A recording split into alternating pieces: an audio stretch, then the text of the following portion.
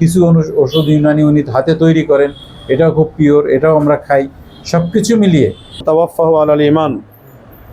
ربنا ظلمنا أنفسنا وإن لم تغفر لنا وترحمنا لنكونن من الخاسرين. ربنا آتنا في الدنيا حسنة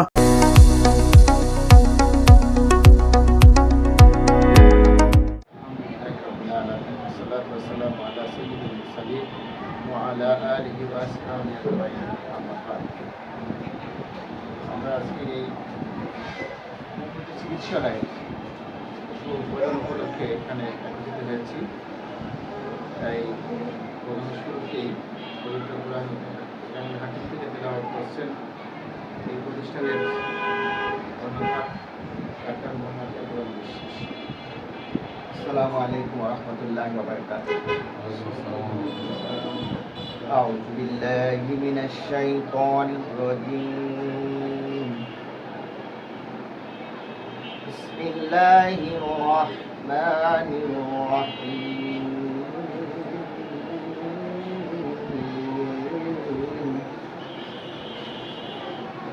والضحى والليل إذا سجى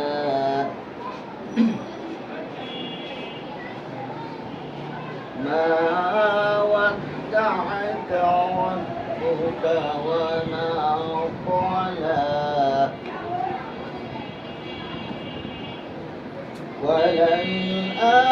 وللآخرة خير لك من الأولى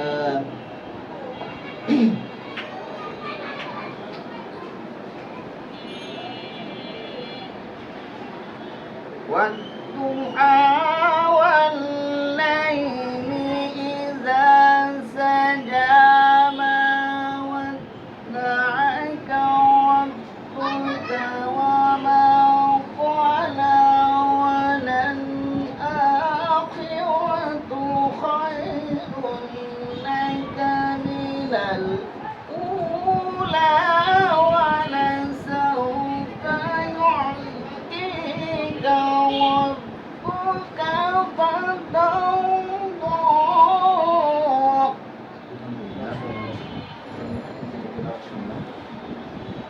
এ পর্যায়ে আমাদের উদ্দেশ্যে কিছু বলার জন্য মোহতারাম ইয়াসিন ভাইকে অনুরোধ করছি। ব্যবসায়ী নেতা এলাকায়। আউযু বিল্লাহি মিনাশ শাইতানির রাজীম। বিসমিল্লাহির রহমানির রহিম। আজকের এই উদ্বোধনী অনুষ্ঠানে উপস্থিত সম্মানিত প্রধান অতিথি, আমাদের পত্র মসজিদের প্রতি মাহফুজুর রহমান ভাই সহ সম্মানিত উপস্থিতি, আসসালামু আলাইকুম ওয়া রাহমাতুল্লাহ। আল্লাহ তাআলা ব্যবসাকে হালাল করেছেন, সুদকে হারাম করেছেন। ব্যবসা অত্যন্ত পবিত্র, তার উপর দিয়ে চিকিৎসার মতো একটি সেবা নিয়ে আমাদের এখানে উপস্থিত হয়েছেন আমাদের এই মহল্লাতে জনাব ইয়াকুব বিশ্বাস ভাই। উনি হোমিওপ্যাথিকে যথেষ্ট অভিজ্ঞতা সম্পন্ন, পাশাপাশি ইউনানিতে। তা আমরা এই এলাকাতে ইনশাল্লাহ একটা ভালো সেবা পাবো এই আশাবাদ রাখি। আল্লাহ তাআলা ওনার ব্যবসাতে বারাকা দেখ এবং যেন প্র্যাকটিসে বারাকা দান করে। আমি আশাবাদ ব্যক্ত করে শেষ করলাম। আসসালামু আলাইকুম।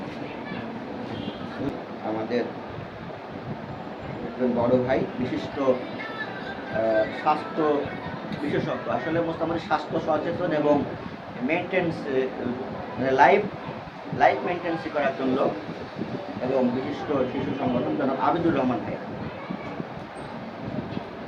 আলহামদুলিল্লাহ রাব্বিল আলামিন, ওয়াসসালাতু ওয়াসসালামু আলা রাসূলিল কারীম ওয়া আলা আলিহি ওয়া সাহবিহি আজমাইন।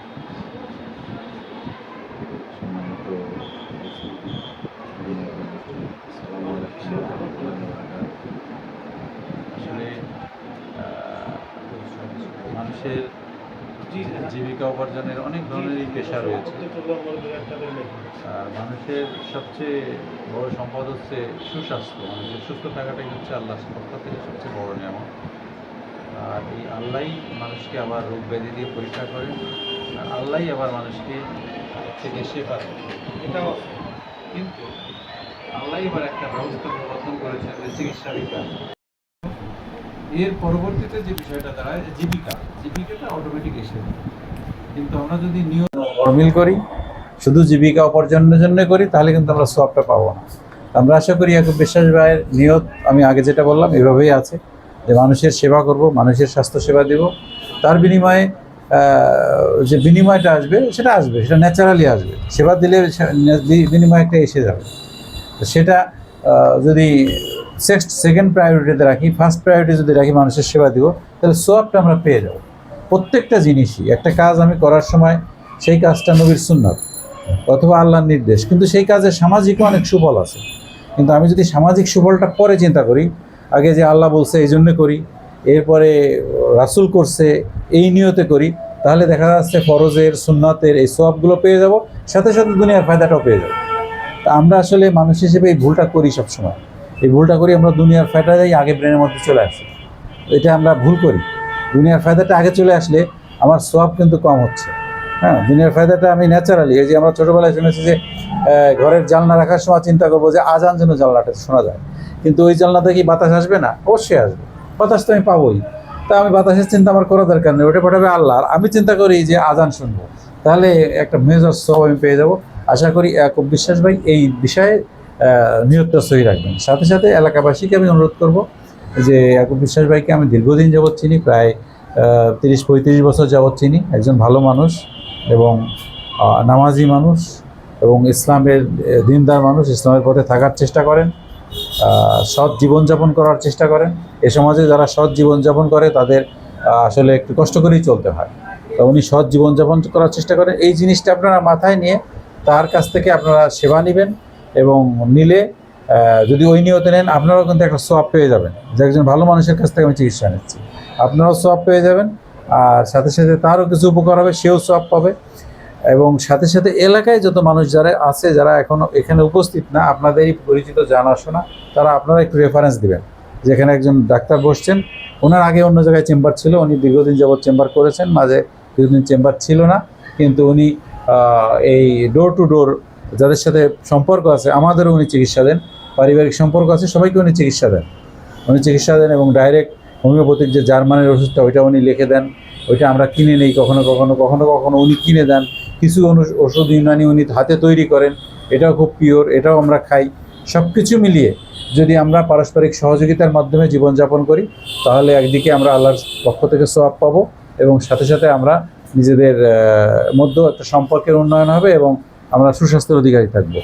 এই আশাবাদ ব্যক্ত করে সকলকে ধন্যবাদ জানিয়ে আজকের এই কথা শেষ করছি। আসসালামু আলাইকুম রহমতুল্লাহি ওয়া বারাকাতুহু। অনেক অনেক ধন্যবাদ আবিদুর রহমান ভাইয়াকে অনেক সুন্দর কথা বলার জন্য। আসলে হ্যাঁ, মানুষকে উপকারের জন্য আল্লাহ রাব্বুল আলামিন একে অপরের উপকারের জন্য পাঠাইছেন। আসলে আল্লাহ রসুল যেখানে আসলে ছিল লগে আপনার একেবারে কাফেরদের কাছে ছিল খুবই খারাপ, অপরিচিত, তার আচরণ, তার সত্যবাদিতা, তার ন্যায় নিষ্ঠাতার দিকে কাফেররা তার প্রতি আকৃষ্ট হয়ে যায় এবং এক সমস্ত কিছু তার কাছে আমানত রাখে। এইটা হলো বড় কিছু আমাদের, যে আমরা যেন আমানতদারি হতে পারি। ইন্নাল হামদুলিল্লাহ, আসসালাতু ওয়াসসালামু আলা রাসূলিল্লাহ। আউযু বিল্লাহি মিনাশ শাইতানির রাজিম, বিসমিল্লাহির রহমানির রহিম। বাল হুয়া কুরআনুন মাজিদুন ফি লাউহিন মাহফুজ। আসলে কোরআনে কারীম মা হুয়া শিফা ওয়া রাহমা, কোরআনে কারীমই আমাদের জন্য একটা শেফা এবং রহমত, ঈমানদারদের জন্য। এটা কাফেরদের জন্য না, কাফেরদের জন্য ক্ষতিকর, আল্লাহ রাব্বুল আলামিন কোরআন শরীফে বলেছেন। সুতরাং আমি এই কথা বলে আমি শুরু করব আমার কথা, যে আসলে চিকিৎসা বিজ্ঞান আপনারা জানেন যে 4টে চিকিৎসা বিজ্ঞানে বিভক্ত। প্রথমত এলোপ্যাথি আছে, হোমিওপ্যাথি, ইউনানি এবং আয়ুর্বেদিক। এই 4টে বিভাগে আমরা দেখি, এবং প্রত্যেকটাই কিন্তু একটা বিজ্ঞান। এলোপ্যাথি যদি বলে যে হোমিওপ্যাথি কোনো বিজ্ঞান না, তাহলে কিন্তু সমস্যা, তো প্রতিষ্ঠিত বিজ্ঞান। আবার হোমিওপ্যাথি যদি বলে যে এলোপ্যাথি কোনো চিকিৎসাই না, তাহলে একটা সমস্যা। সব কিছু মিলা আমরা একের অপরের সহযোগী হতে পারি, একটা চিকিৎসা ব্যবস্থা একটা চিকিৎসার সহযোগিতা হতে পারি। তো একটা বিষয় হচ্ছে যে কিছু কিছু ডাক্তারের খবর আমি জানি, যেটা প্রথমত ডাক্তার হ্যানিম্যান, হোমিওপ্যাথির আবিষ্কারক। উনি কিন্তু সবচেয়ে বড় অ্যালোপ্যাথ ছিল ওই সময়ের জন্য, এমডি ছিল, এমডির উপরে কোনো ডাক্তার ছিল না। উনি যখন দেখলেন যে অ্যালোপ্যাথি এই চিকিৎসার ব্যবস্থায় কিছু রোগ যেমন সেরে যায়, আবার কিছু রোগ বাধাই দেয়। মনে করেন যে আপনি দীর্ঘ টাইম একটা পেইন কিলার খেয়েছেন, আপনার কিডনিটা, আপনার লিভারটা একসময় ড্যামেজ হয়ে যাবে। এটা এলোপ্যাথি ডাক্তার বন্ধুরাও স্বীকার করবেন, সবাই স্বীকার করবেন, নিজেরাও কিন্তু খান না এত, কিন্তু ব্যাধির কারণে, পদ্ধতির কারণে রোগীদেরকে দিতে বাধ্য হয়, পেইন কিলার দিতে বাধ্য হচ্ছে, ক্যালসিয়াম, কিন্তু আসলে পেইন রিলিজ হচ্ছে না, আজীবনই খেয়ে যাওয়া লাগতেছে এভাবে। তো এইটা হচ্ছে যে সীমাবদ্ধতা একটা চিকিৎসা ব্যবস্থা। এইটা দেখে হ্যানিম্যান উনি দেখলেন যে এলোপ্যাথিটা চিকিৎসা প্রথমে প্রুফ করা হয়েছে গিনিপিকের উপরে, একটা জন্তুর উপরে, সুস্থ মানুষের উপরে পরীক্ষা করা হয়নি। কিন্তু হোমিওপ্যাথিটা পরীক্ষা করা হলো সুস্থ মানুষের উপরে। প্রথম পরীক্ষা হলো চায়না গাছ দিয়ে, তখন তাকে বিরোধ মাত্রায় খাবার দেওয়া হলো, কাঁপুনি দিয়ে জ্বর আসলো, এবং এইটাকে সূক্ষ্ম মাত্রা আস্তে আস্তে যখন তাকে খাওয়াই দেওয়া হলো চায়নার এটা, তখন জ্বর আস্তে আস্তে চলে গেল, একটা লক্ষণ পেয়ে গেল। এরপর থেকে প্রতিটা ঔষধ আপনার হোমিওপ্যাথিতে মানুষের উপরে পরীক্ষার পরে এই বাজারে ছাড়া হয়েছে। এই কারণে এটা মানুষের সাথে ন্যাচারালি সংশ্লিষ্ট, ন্যাচারালি জড়িত, এই কারণে এটার কোনো ক্ষতি হয় না। যেমন আমি দুজন ডাক্তারের নাম বলি, ডাক্তার সাবেদ আলী, এই যে আপনার হোমিও ফাউন্ডেশনের গাজীপাড়ায় বসা আরেকজন উনিও কিন্তু MBBS FRCS, আবার ডাক্তার আপনার ফারুক এলাহি, শেখ ফারুক এলাহি, উনি দেশের সবচেয়ে বড় একজন MBBS FRCS এলোপ্যাথি ডাক্তার, 20 বছর এলোপ্যাথি প্র্যাকটিস করার পরে এখন হোমিওপ্যাথি করে। মানে এই কিছু ক্ষতির দিক যেটা আছে, যেটার কারণে এখন সে এদিকে ব্যাক করছে কিছু কিছু ডাক্তার। উনি ওনার জীবন যে বলতে যায়, উনি দেখতেছে যে উনি হোমিওপ্যাথি ডাক্তারের আপনার লেকচারার ছিল কলেজে। তো ওই কলেজে যাই উনি দেখলো যে কিছু কিছু বিষয়, উনি এলোপ্যাথি চিকিৎসক কিন্তু সমাধান দিতে পারতেছে না। তখন উনি ওই কলেজে ভর্তি হয়ে গেল, শিক্ষকের ছাত্র হয়ে গেল, এবং উনি হোমিও পাস করার পরে উনি দেখলেন যে একটা লোকের পুরা শরীরে আছিল। আচ্ছা, আছিলের কি চিকিৎসা দেওয়া যেতে পারে? প্রত্যেক জায়গায় কি অপারেশন সম্ভব? প্রত্যেক রোগে অপারেশন সম্ভব না। তো উনি থুজা মেডিসিনটা দিয়ে দিলেন। উনি 1 মাস পরে পুরো ওই লোক বাজারে দেখা তার আসিল নাই, ফিনিশ। এভাবে টিউমার কাটলে পরে ক্যান্সারের দিকে চলে যায়। টিউমার তো একটা কোষ এক জায়গায় থাকে না, সে কিছু কোষের সমন্বয় নিয়ে এসে আসছে ওইখানে, অনেক কিছু তার শিকড় আছে ভিতরে। আমরা ও বন্ধুরা করে কি আমরা কেটে দিই, কেটে দেওয়ার পরে ওটি ছড়ায় পড়ে, ক্যান্সারের সম্ভাবনা থাকে বেশি। বা এক জায়গায় ছিল সেটা ঠিক আছে, কিন্তু কেটে দেওয়ার পর আরও খারাপ অবস্থায় চলে যায়। টনসিল আল্লাহ রাব্বুল আলামিন দিয়েছেন একটা প্রপার্টি, ফুসফুসকে সেভ করার জন্য আপনার ময়লা আবর্জনা থেকে। আপনি একটু বাচ্চাদের টনসিল ইয়ে করতে গেলে অপারেশন করতে, এ কথা বলে দেবে না? আমার এক টিচার, এই যে আমার আহমেদ আবুল ইউসুফ, ওনার বাচ্চারা এরকম অসুস্থ, তা উনি আমাকে বললো, তা আমি এখান থেকে ওষুধ পাঠাই দিছি। পাঠাই দেওয়ার পরে ওনার টনসিল ভালো বাচ্চা, ইংরেজি বলছে অপারেশন করতে হবে। এই যে তখন তো ফুসফুস নষ্ট হয়ে যাবে, আপনার ডাইরেক্ট চলে যাবে সব কিছু ময়লা আবর্জনা ফুসফুসে। এই বিষয়গুলো, যে বিষয়গুলো সীমাবদ্ধতা আছে, এই বিষয়গুলো হোমিওপ্যাথি চিকিৎসা করে অবশ্যই করতে হবে। তবে আমি অস্বীকার করবো না যেগুলো সার্জিক্যাল, আর্জেন্ট, যেমন সার্জিক্যাল হোমিওপ্যাথিতে উন্নয়ন তো আছে। DSMS মানে কি? Diploma in homeopathy medicine surgery. কিন্তু সার্জারি এত উন্নত নয় দেশে, এই কারণে আমরা আজকে এলোপ্যাথির অবশ্যই শরণাপন্ন হব, জরুরি ভিত্তিতে আমরা শরণাপন্ন হব, এর কোনো বিকল্প নেই। কিন্তু কিছু বিষয় আছে যেটা, যেমন আমরা কন্টিনিউ যদি আমরা অ্যান্টাসিড খাই, গ্যাসের ওষুধ খাই, আরও পাওয়ার বাড়াই, এতে কি হয়? আমাদের যে সিক্রেশন ক্ষমতা আছে আমাদের পাকস্থলীর, যে টক্সিনটা সে নির্গত হয়, ওই টক্সিনটাকে অফ করে দিয়ে ওই যন্ত্রকে একেবারে শেষ করে দেয়, ওই যন্ত্রের কোনো ক্ষমতা থাকবে না। এরপরে 10 টাকা 5 টাকা আর ধরে না, এরপরে কোষ্ঠ ক্লিয়ার হয় না। এরপরে করে কি, ওই রুগীটা একসময় অনেক পরে অপারেশনও করার লাগে, কারণ ক্ষুদ্রন্ত ছোট হয়ে যায়। গ্যাস্ট্রিকের ওষুধ দ্রুত মানে প্রচণ্ডভাবে চাপ দিতে ক্ষুদ্রন্তকে ছোট করে ফেলে।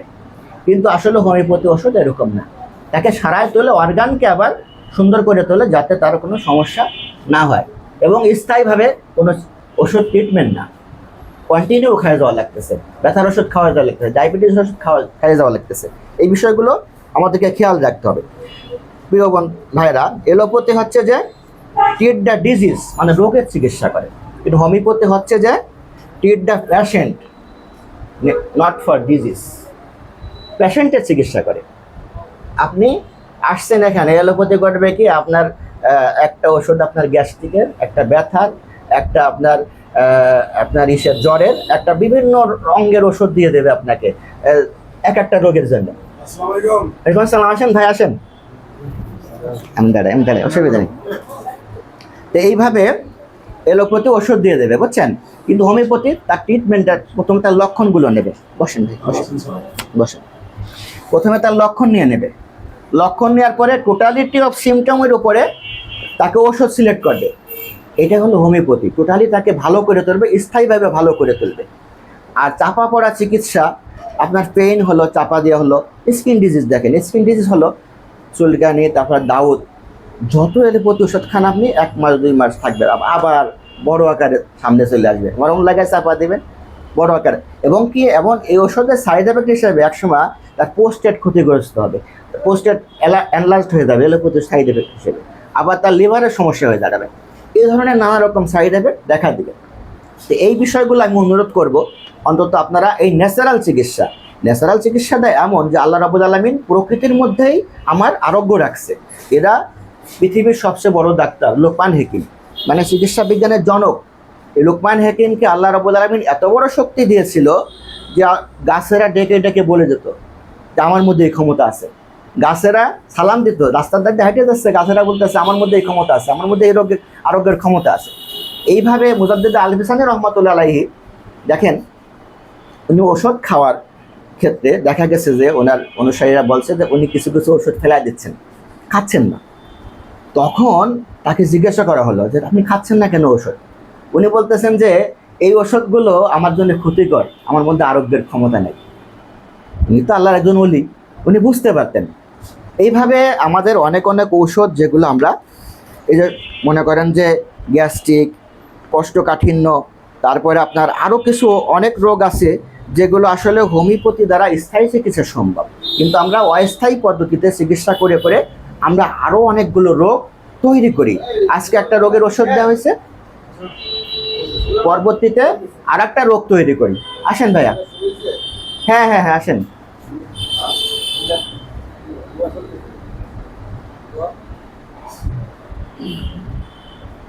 আচ্ছা, এরপরে আলহামদুলিল্লাহ বর্তমানে কিন্তু চিকিৎসা সেবায় হোমিওপ্যাথি ভালো অবদান রাখতেছে। সেটা হলো যে প্রত্যেক স্বাস্থ্য কেন্দ্র উপজেলায় হোমিওপ্যাথি ডাক্তার দেওয়া হয়েছে। এই হোমিওপ্যাথি ডাক্তাররা চিকিৎসা করতে সাফল্যের সাথে। এরপরে আপনার আসেন, একটা কথা বলা হয় যে যার নাই কোনো গতি সে খায় হোমিওপ্যাথি। আমি ডাক্তার শেখ ফারুক এলাহি স্যারের চেম্বারে, যেহেতু একটা গুরুভিত্তিক জ্ঞান, উনি শুধু ক্যান্সারের চিকিৎসায় এত ফাইল ছিল, মানে যখন এলোপ্যাথিরা ক্যান্সারের রোগী ফেরত দিয়ে দিচ্ছে ওইখানে চিকিৎসা। তো এইখানে উনি আমি দেখতাম যে ওই ব্যর্থ হয়ে গেছে এলোপ্যাথি, তখন এখানে চলে আসছে এবং উনি বলতো যে আমি ওই যে ডাক্তার চিকিৎসা করছে ওই ডাক্তারের বাপ বলিস দেয়া, এবং চিকিৎসা শুরু করতো। আলহামদুলিল্লাহ অনেক রোগী সাফল্যের সঙ্গে ভালো হয়ে যেত, এবং অনেক রোগী তো লাস্ট পর্যায়ে ক্যান্সারের স্টেজ শেষে এসে আসছে, এদের ভালো হওয়ার কোনো সম্ভাবনাই, কিন্তু যদিও সে আল্লাহ এইভাবে লিখে রাখছে তার মৃত্যু, কিন্তু সে আরামদায়কভাবে বিদায় নিত পৃথিবীর থেকে, কোনো কষ্ট ছিল না। হোমিওপ্যাথি ওষুধ খায় পরে সুন্দর সুস্থভাবে বিদায় নিয়ে যেত। এবং হেপাটাইটিস বি, লিভারের যে রোগগুলো আছে, হেপাটাইটিস এ, বি, সি, এই রোগগুলোর কোনো চিকিৎসা নাই এলোপ্যাথিতে। আপনি যে ওষুধই দেবেন লিভারে সেটাকে এফেক্ট করবে, কারণ হোমিওপ্যাথি ওষুধ যখন আপনি খাবেন তখন কিন্তু ডাইরেক্ট সেলাই বা গ্ল্যান্ড আছে এখানে, সাথে সাথে আপনার শিরায় চলে যাবে। এলোপ্যাথি ওষুধটা হলো পেটে হজম করে লিভার যাবে, লিভার থেকে আপনার রক্তে যাবে, এরপরে আপনাকে ভালো করবে। এই ক্ষেত্রে প্রত্যেকটা ওষুধ লিভারের জন্য ক্ষতিকর এলোপ্যাথি, কিন্তু হোমিওপ্যাথি ক্ষতিকর না। এই রোগগুলো আমার জানা মতে যতগুলো এই ডিজিজে আক্রান্ত হয়েছে, বি ভাইরাস, আলহামদুলিল্লাহ অনেক রোগী আমি ভালো করছি।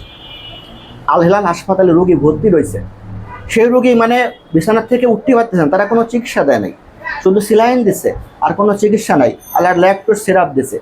আমি ওইখানে সেই রোগীর আব্বা হচ্ছে যে আপনার একজন আইন শৃঙ্খলা বাহিনীর লোক, তাকে আমি মেডিসিন দিছি, আলহামদুলিল্লাহ 2 দিনের মধ্যে রোগী উঠে বসছে এই হোমিওপ্যাথি ওষুধ খাইয়ে। এত কার্যকর এই ডিজিজগুলোর জন্য হোমিওপ্যাথি। সুতরাং আমরা চিন্তা করব যে আমরা যেন ক্ষতিকারক ন্যাচারাল এবং ইউনানি ওষুধ পাশাপাশি, আপনারা জানেন যে গাছ থেকে তৈরি ওষুধগুলো এর সোর্স, হোমিওপ্যাথি ইউনানি সবগুলোর সোর্স হচ্ছে গাছ। এই গাছ থেকে ওষুধগুলো কোনো সাইড এফেক্ট নেই, আপনার বিন্দুমাত্র ক্ষতি হবে না, আস্তে আস্তে আপনাকে সারিয়ে তুলবে। যদি আপনি নগদে একটা ফলাফল পাবার যে ক্ষতিগ্রস্ত না হতেছেন এদিকে আপনাকে আসতে হবে। সবশেষে আমি যে কথাটা বলবো, আমাদেরকে সুস্থ থাকতে হলে আমাদেরকে খাবার খেতে হবে, স্বাস্থ্যকর খাবার খেতে হবে, আমরা ন্যাচারাল খাবার খেতে হবে, আমরা কার্বোহাইড্রেটকে অ্যাভয়েড করতে হবে। কার্বোহাইড্রেট আমাদের শরীরের জন্য ক্ষতিকর। যখন আমাদের ফ্যাট, ডায়াবেটিস কেন হয়? যখন আমাদের কোষ কলায় ফ্যাট জমে যায় তখন সে ব্লাডে, তখন ইউরিন সুগারটা আর করতে পারে না, শরীর নিতে পারে না, তখন সে ইউরিনে ছেড়ে দেয়। এই কারণে সে ডায়াবেটিস আক্রান্ত হয়। যখনই কোষ কলা খালি করেন আপনি খাবার লাইফ চেঞ্জ করেন, ব্যায়াম করেন, আপনার ডায়াবেটিস মুক্ত হতে আপনি বাধ্য। ওষুধ খেয়ে ডায়াবেটিস মুক্ত হবে না। ওষুধে কী করে? ইনসুলিন এবং ডায়াবেটিসের ওষুধ কী করে? সে জোর করে কোষ কলার মধ্যে ইনসুলিন ঢোকানোর চেষ্টা করে। এবার ঢোকাতে এক সময় ওই কোষগুলো অকেজ হয়ে যায়। ভ্যাকসিনটা দীর্ঘমেয়াদী ডায়াবেটিস ওষুধ খাওয়ার পর একটা লোক কী হয়, সে ক্যান্সার আক্রান্ত হয়, তারপরে স্যার আপনার বিকলাঙ্গ হয়ে যায়, তারপরে অনেক বড় বড় রোগে তারপরে আল্লাহ দুনিয়া থেকে তাদেরকে নিয়ে যান। এ হলো অবস্থা, লাস্ট পজিশন। কিন্তু হোমিও ওষুধ আছে, ইউনানি ওষুধ আছে, ডায়াবেটিসের ইন্ডেক্স কোম্পানির খুব ভালো ভালো ওষুধ আছে। পেইনের জন্য ইন্ডেক্স কোম্পানির এমন কিছু ওষুধ আছে যে রাতারাতি পেইন রিলিজ হবে, স্থায়ীভাবে রিলিজ হবে, যেটা কোনো ওষুধে কাজ হয় না। এরপরে আপনার শ্বাসকষ্ট, হাঁপানির জন্য এমন একটা মেডিসিন আমি পেয়েছি যেটা আপনার যশোর, কুষ্টিয়া বিভিন্ন জায়গা থেকে যে আজকে অর্ডার আছে তাকে ইসে পাঠাইতে হবে, যার ইনহেলার নিয়েও কিছু হয় না, এমন আলহামদুলিল্লাহ ফলাফল। কাজে আপনারা যারা এখানে আছেন, আশা করি যে ভালো একটা জিনিসের প্রচারও কিন্তু ভালো, আল্লাহ এর মধ্যে কল্যাণ নিহিত রাখে এবং সওয়াব দান করেন। আশা করি যে নিজেরাও চেষ্টা করবেন এই পার্শ্ব প্রতিক্রিয়া মুক্ত ওষুধ খাওয়ার জন্যে এবং লাইফস্টাইল চেঞ্জ করার জন্যে। আমরা কার্বোহাইড্রেট কম গ্রহণ করবো। আল্লাহর রসুল যে জিনিসটা বলেছেন যে আমরা পেটকে 3 ভাগে ভাগ করব, 1 ভাগ আমরা খাবার খাবো, 1 ভাগ পানি, 1 ভাগ খালি রাখবো। আমরা করি কি? জনমের খাওয়া খাইয়ে 2টা গ্যাস্ট্রিকের বড়ি। এর কারণে যা হয় কি, আমরা সমস্ত কার্বোহাইড্রেট আমাদের শরীরে জমা হয়। সব রোগের উৎস, ডায়াবেটিস বলেন, পেইন বলেন, এই সব কার্বোহাইড্রেটের কারণে হচ্ছে আমাদের। এই জায়গায় আমাদেরকে খেয়াল রাখতে হবে যে আমরা যেন ন্যাচারাল খাবারগুলো গ্রহণ করি। আমার এই সংক্ষিপ্ত আলোচনা থেকে আল্লাহ আমাদেরকে সঠিক পথে পরিচালনা করুন এই প্রত্যাশা করছি। প্রিয় ভাইরা, আমাদের মাঝে উপস্থিত হয়েছেন আমাদের ন্যাচারাল হিলিংয়ের সম্মানিত পরিচালক, উনি একজন বড় ডাক্তার, হোমিও এবং ইউনানি বড় ডাক্তার, জনাব ডাক্তার মাসুদ ভাই। আমি ওনাকে কথা বলার জন্য অনুরোধ করছি। আজকে সম্মানিত উপস্থিতি সবাইকে আমার পক্ষ থেকে জানিয়েছিলাম আসসালামু আলাইকুম। আজকে আমরা একটা মহৎ কাজে উদ্বোধন অনুষ্ঠানে আমরা এসেছি। আল্লাহ আমাকে এই মহৎ কাজের সাথে কবুল করুক, এই জন্য আল্লাহর কাছে শুকরিয়া জ্ঞাপন করি আলহামদুলিল্লাহ। আজকে যে লড়াইটা আজকে চলছে, আমি সবসময় বলি যে এটা একটা লড়াই। আজকে অ্যালোপ্যাথিক মেডিসিন আমাদের প্রতিটা ঘরে ঘরে একদম নিঃশ্বাস ফেলছে, একটা সিন্ডিকেটের মতো। আজকে যাই কিছু হোক না কেন আমরা ওখানে আগে দৌড়াই, তারপরে বিকল্প কিছু জিনিস আমাদেরকে ব্রিটিশরা 2টা জিনিস দিয়ে গেছে, একটা হচ্ছে সোয়াবিন তেল আর হচ্ছে একটা অ্যালোপ্যাথিক মেডিসিন। মানে যতদিন যাবা সোয়াবিন তেল খেয়ে অসুখ বানাবা, আর অ্যালোপ্যাথিক ওষুধ কবরে যাওয়ার পর আগ পর্যন্ত তুমি খালি খেতে থাকবা। তা দেখেন, আজকে আপনি প্রেশার বলেন, ডায়াবেটিস বলেন, মাথা ব্যথা বলেন, ঘুম বলেন, ব্যথা বলেন, গ্যাস্ট্রিক বলেন, বা যে কোনো ওষুধ ডাক্তাররা যদি লেখে সেটা চলবে, মানে টিল ডেথ পর্যন্ত আপনি চলবে খালি। তার মানে কি, কোনো অসুখ সে ভালো করতে পারে না। মিনিমাম কি ওষুধ খেয়ে আপনাকে সুস্থ রাখে, এটা হচ্ছে ব্যাপার। আর আপনার এখানে ন্যাচারাল মেডিসিন, আজকে দেখেন আমাদের বডিটা ন্যাচার। আমার যখন ওষুধ নেচার থেকে আসবে, বডির সাথে ওষুধের কিন্তু একটা ম্যাচ করবে, ফলে তার সাইড ইফেক্ট হবে না, যদি তার ডোজেসটা উল্টাপাল্টা না হয়। ডিজিজ এবং ডোজেস একটা কথা আছে। এখন আপনি খেজুর সন্ন্যাতি খাবার, ভালো খাবার, আপনি যদি বেশি খান তাহলে তো ক্ষতি করবেই। গরুর মাংস আপনি একটু বেশি খেলে ক্ষতি করবেই। কিশমিশ যত ভালো খাবার হোক, যদি বেশি খান ক্ষতি করবেই। সেক্ষেত্রেও হোমিওপ্যাথিক, আয়ুর্বেদিক বা ইউনানি ওষুধ আপনি যদি মাত্রা অতিরিক্ত খেয়ে ফেলেন বা ভুল করে খেয়ে ফেলেন তাহলে কিছু ক্ষতি করবেই। ডিজিজ এবং ডোজেস যদি ঠিক রাখা যায় তাহলে কোনোদিনই আপনার ক্ষতি করবে না। কারো যদি বডিতে ক্ষতি করে, আমি বলি ভাই 2-4 দিন খায়েন না, একটু বেশি বেশি পানি খান, আপনার দেখবেন যে লিভার আপনার। আমার একটা ক্যান্সার রোগী একটা হোমিও ওষুধ ডায়েট খেতে গেছে, ওই মুখ খুলে পরে পুরো বোতলই ঢুকে গেছে। তা আমার ভাই ফোন দিতেছে যে ভাই কী করবো, আমার ভয় পাওয়ার কিছু নাই, পানি বেশি বেশি খান আর কড়া করে করে রং চা খান, তাহলে হোমিও ওষুধের যে সাইড ইফেক্ট সেটা দূর হয়ে যাবে। আর আমি 2-1 দিনের পরে আপনাকে একটা ওষুধ দিচ্ছি, 2-1 ফোঁটা খেয়ে দেবেন, বডিতে কোনো ইফেক্ট থাকে চলে যাবে। তো দেখেন কত নিরাপদ। উনি তারপরের দিন থেকে কোনো কিছু বুঝতেও পারিনি যে তার কোনো বডিতে খারাপ কিছু ইফেক্ট করেছে। কিন্তু এই ওষুধটা যদি আপনার অ্যালোপ্যাথিক ওষুধ হতো, সাথে সাথে তাকে হসপিটালাইজ করতে হতো। কারণ অ্যালোপ্যাথিক হচ্ছে আপনার একটা সিনথেটিক ডাক, একটা কেমিক্যালকে ডিফরমেশন করে করা হয়। এই যে আপনি ডায়াবেটিস, মেটফরমিন একটা কমন ডাক। এই মেটফরমিনের আপনি সাইড ইফেক্ট আপনি খুঁজেন গুগলে, দীর্ঘদিন খেলে আপনার নার্ভগুলো ধীরে ধীরে অচল হয়ে যাবে। এবং এই জন্য কোনো কিছু কাটাকাটি হলে এবং নার্ভগুলো দুর্বল হয়ে যায় এবং গ্যাংগ্রিন হয়ে যায়। এবং গ্যাংগ্রিন হয়ে গেলে পা কেটে ফেলতে হয়, অনেক সময় ওটা কভার করে না। তার জন্য বারবারই বলি যে আপনি নেচারে, ব্যাক টু দ্য নেচারে আপনি ফিরে আসেন। এবং আপনি সকল ধরনের প্রসেস ফুড, আমি কার্বোহাইড্রেট খাইতে নিষেধ করি না, কিন্তু কার্বোহাইড্রেট হতে হবে আপনার ন্যাচারাল, প্রসেস না। এই যে কোল্ড ড্রিঙ্কস আপনার ন্যাচারাল না, এখানে প্রসেস চিনি আছে যেটা আপনার জন্য ক্ষতিকর। চিনিতে ডাইরেক্ট কোনো আঁশ নাই, কোনো ফাইবার নাই, যেটা ডাইরেক্ট ক্ষতি করছে। এই যে সাদা ভাত, সাদা আটা, আপনার যে বার্গার টার্গার, তেলে ভাজা সব কিছুই আপনার ডাইরেক্ট প্রসেস ফুড, এখানে কোনো ফাইবার নাই, ফলে বডিতে কোনো ভালো কিছু দেয় না। এটা একটা ফাইবার আছে, আপনার শুধু গার্বেজের মতো কাজ করছে। যে জিনিসগুলোতে আপনার ফাইবার আছে এবং ন্যাচারাল, সেটা বডিকে আপনার ধীরে ধীরে এনার্জি দেবে। যে ডায়াবেটিসের ব্যাপারে বলবো, ডায়াবেটিসটা আসলে কি? ডায়াবেটিস আমাদের প্যানক্রিয়াসের যে বিটা সেল, এই বিটা সেল যখন নষ্ট হয়ে যায় তখন ইনসুলিনটা তো তৈরি হয় না এবং প্রোডাকশন হয় না। আর ইনসুলিন না তৈরি হলে আপনি যে গ্লুকোজটা গ্রহণ করছেন, এই গ্লুকোজটা আপনার কোষের ভিতরে ঢুকতে পারে না, তখন কোষ দুর্বল হয়ে যায়। ডায়াবেটিস রোগীরা প্রথম কি হয়? দুর্বল হয়, এনার্জি হারিয়ে ফেলে। তার মানে কি, কোষের ভিতরে যে কার্বোহাইড্রেট, অরিজিনাল যে কার্বোহাইড্রেট, সেটা ঢুকতে পারে না। আর কার্বোহাইড্রেট বডির জন্য কিন্তু ওই তেলের মতো, তেল ছাড়া যেমন গাড়ি চলে না, কার্বোহাইড্রেট কিন্তু ছাড়া আপনার বডি চলবে না। কম আর বেশি হোক নিতেই হবে কার্বোহাইড্রেট, এবং যেটা সঠিক কার্বোহাইড্রেট হয়। এটা হচ্ছে ব্যাপার। কার্বোহাইড্রেট বাদ দিয়ে কিন্তু বডি চলবে না, কম হোক আর বেশি হোক আপনাকে নিতে হবে। এটা একদম ফুয়েলের মতো। এবং আমি আর একটা উদাহরণ দিই, আপনি অ্যালোপ্যাথিক মেডিসিনের ক্ষেত্রে আমি জাস্ট একটা নাপার উদাহরণ দেবো।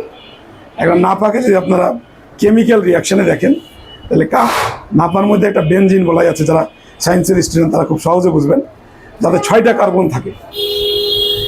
একটা বডিতে যখন আপনি একটা ওষুধ খাবেন বা যে কোনো কিছু খাবেন, অ্যাট এ টাইম একটা বেশি কার্বন নিতে পারে না। আপনি একটা নাপা খেলেন মানে কি 6টা কার্বন ঢেকে গেল, তাহলে 5টা কার্বন কোথায় যাবে? কিডনি এবং লিভারে আপনার ডিপোজিট হয়। এটার সাইড ইফেক্ট দূর করার জন্য 5-7টা ডাব খাওয়া উচিত, অথবা 1.5 কেজি দুধ খাওয়া উচিত। কিন্তু আমরা কি কেউ খাই? নাপাকে আমরা মুড়ির মতো খাই। কিছু হলেও না হোক নাপা খেয়ে নাও, কিছু না হলেও কেন নাপা খাই। যে যার মতো 2টা খাই, 3টা খাই। এতে একটা ক্যাফেইন আছে, জোর করে কিছু আপনার হরমোন সিক্রেশন করে, যে আপনাকে হয়তো কিছুটা রিল্যাক্স দেয়, সে জ্বর বলে না, যা কিছু বলে, কিন্তু ফাইনালি আপনার ক্ষতি করে। এই যে আপনি গ্যাস্ট্রিকের ওষুধ, সেকলো বলেন, ওসমোপ্রাজিলের যত রকম গ্রুপ আছে, এটা আপনি দীর্ঘদিন যদি খান তাহলে আপনার আলসার হবেই, আলসার হবেই। এই যে দেখেন এখন ম্যাক্সিমাম মানুষ আলসারে ভুগতেছে, পেট ব্যথা আছে, অতিরিক্ত আপনারা তেজপাতা ব্যবহার করেন। এটা আমার ছোট্ট একটা উপদেশ আপনার কাছে। তেজপাতার এমন একটা ন্যাচারাল গুণ আছে যেটা আপনার কীটনাশকের গুলোকে ধ্বংস করে, বিশোধন করে। আপনি ভাতের মধ্যেও তেজপাতা দিয়ে দেন, তরকারির মধ্যেও তেজপাতা দিতে পারেন। যে কোনো একটা চা খাচ্ছেন, তেজপাতা দিয়ে দেন। যে কোনো জিনিসের সাথে একটা তেজপাতা দেন। একটা পায়েস রান্না করছেন, তেজপাতা দেন। একটা সেমাই রান্না করছেন, তেজপাতা দেন। এমনকি সাদা ভাত রান্না করছেন, 2টা তেজপাতা দিয়ে দেন। কারণ সব কিছুর মধ্যেই কীটনাশকে ভরা, ভেজালে ভরা। আজকে জমি থেকে যেটা আসছে মাত্র 2-3 মাসের অতিরিক্ত সারের ব্যবহার, কীটনাশকের ব্যবহার, এটা বিশোধনের কিছুটা উপায় হচ্ছে তেজপাতা। তেজপাতার দামও কম, আপনারা ঘরে ঘরে তেজপাতার ব্যবহার করেন, তাহলে দেখবেন কিছুটা হলেও আপনি এই কীটনাশক, এই ভেজাল থেকে মুক্তি পাচ্ছেন। এবং ব্যথার রোগী এবং পেটের গ্যাস্ট্রিকের রোগী, বিশ্বাসের বাইরে এই তো রোগীগুলো কিছুটা খাওয়ার হলেও দাওয়াত। আমাকে বলে যে ভাই ব্যথার রোগী ফিরি ফিরি খাবার না কিছু দিয়ে দেখেন খাচ্ছে। সবই হচ্ছে যে এগুলো যে লিভারে যে আপনার টাকা পয়সা ডিপোজিট আছে? হয়, লিভার কত কাজ করবে। আপনি দেখেন আমাদের 80%। আবারও আপনাদের সবার সুস্বাস্থ্য এবং মঙ্গল কামনা করে আমার কথা এখানে শেষ হচ্ছে। আসসালামু আলাইকুম। আসসালামু আলাইকুম। ধন্যবাদ আসলে মাসুদ ভাইকে তার সুন্দর এবং গোছানো কথাগুলো বলার জন্য। আসলে বিষয়গুলো এত স্পষ্ট যে আপনারা সবাই বুঝতে পারছেন।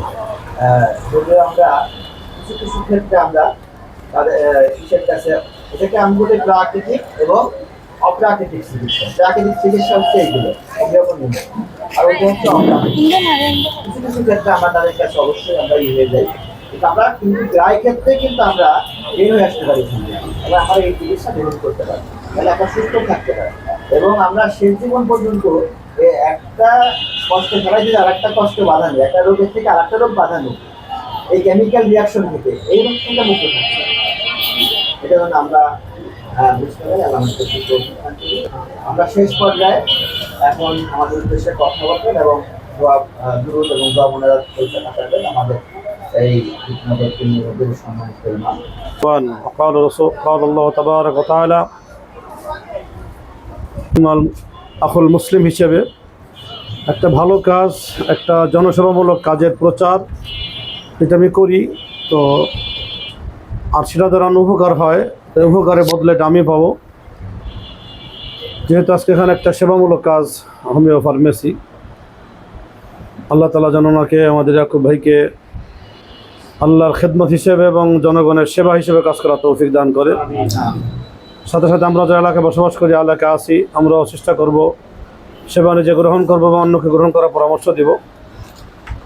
আল্লাহ বলেছেন, তোমরা একে অপরকে ভালো এবং তাকওয়াপূর্ণ কাজে সহযোগিতা করো এবং গুনার কাজে একে অপরকে নিষেধ করো।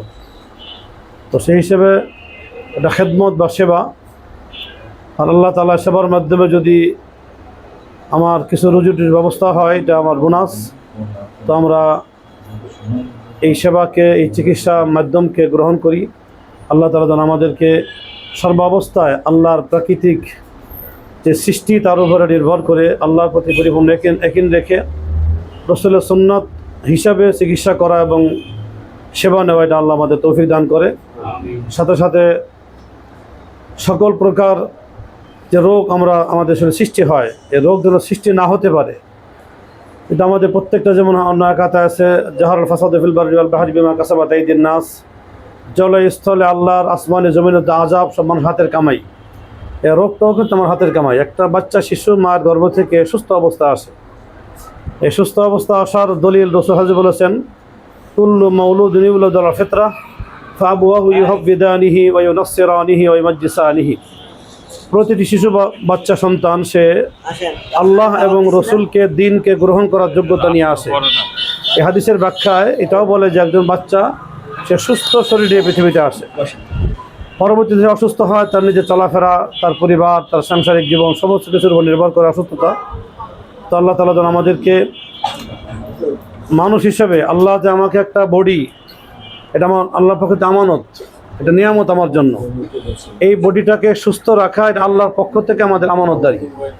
অতএব সেই বডি যদি কেউ নিজের কোনো কর্মফলের মাধ্যমে বডিকে অসুস্থ করে, এর হিসাব আল্লাহকে দেওয়া লাগবে। তো সেই হিসেবে আল্লাহ দেওয়া বডি, নিয়ামত এবং আমানতকে আমরা রক্ষা করব, নিজে সুস্থ থাকবো, অন্যকে সুস্থ থাকার জন্য পরামর্শ দেব। আল্লাহ তাআলা আমাদের সবাইকে সুস্থ শারীরিক মানসিক জীবনযাপন করার তৌফিক দান করে। দুরূদ শরীফ পড়ি। আল্লাহুম্মা সাল্লি আলা মুহাম্মাদ ওয়া আলা আলি মুহাম্মাদ কামা সাল্লাইতা আলা ইব্রাহিম ওয়া আলা আলি ইব্রাহিম ইন্নাকা হামিদুম মাজিদ। আল্লাহুম্মা বারিক আলা মুহাম্মাদ ওয়া আলা আলি মুহাম্মাদ কামা বারাকতা আলা ইব্রাহিম ওয়া আলা আলি ইব্রাহিম ইন্নাকা হামিদুম মাজিদ। আল্লাহুম্মা আনতাস সালাম ومنك السلام وإليك يرجع السلام تباركت ربنا وتعاليت يا ذا الجلال والإكرام. اللهم اهدنا واهد بنا واهد الناس جميعا. اللهم اكفني بحلالك عن حرامك وأغنني بفضلك عمن سواك. اللهم اغفر لي حينا وميتنا وشاهدنا وغائبنا وصغيرنا وكبيرنا وذكرنا وأنثانا. اللهم من أحييته منا فأحيه على الإسلام ومن توفيته منا فتوفه على الإيمان. ربنا ظلمنا أنفسنا وإن لم تغفر لنا وترحمنا لنكونن من الخاسرين. ربنا آتنا في الدنيا حسنة وفي الآخرة حسنة وقنا عذاب النار. ربنا لا تزغ قلوبنا بعد إذ هديتنا وهب لنا من لدنك رحمة إنك أنت الوهاب. আয় আল্লাহ মেহেরবানি করে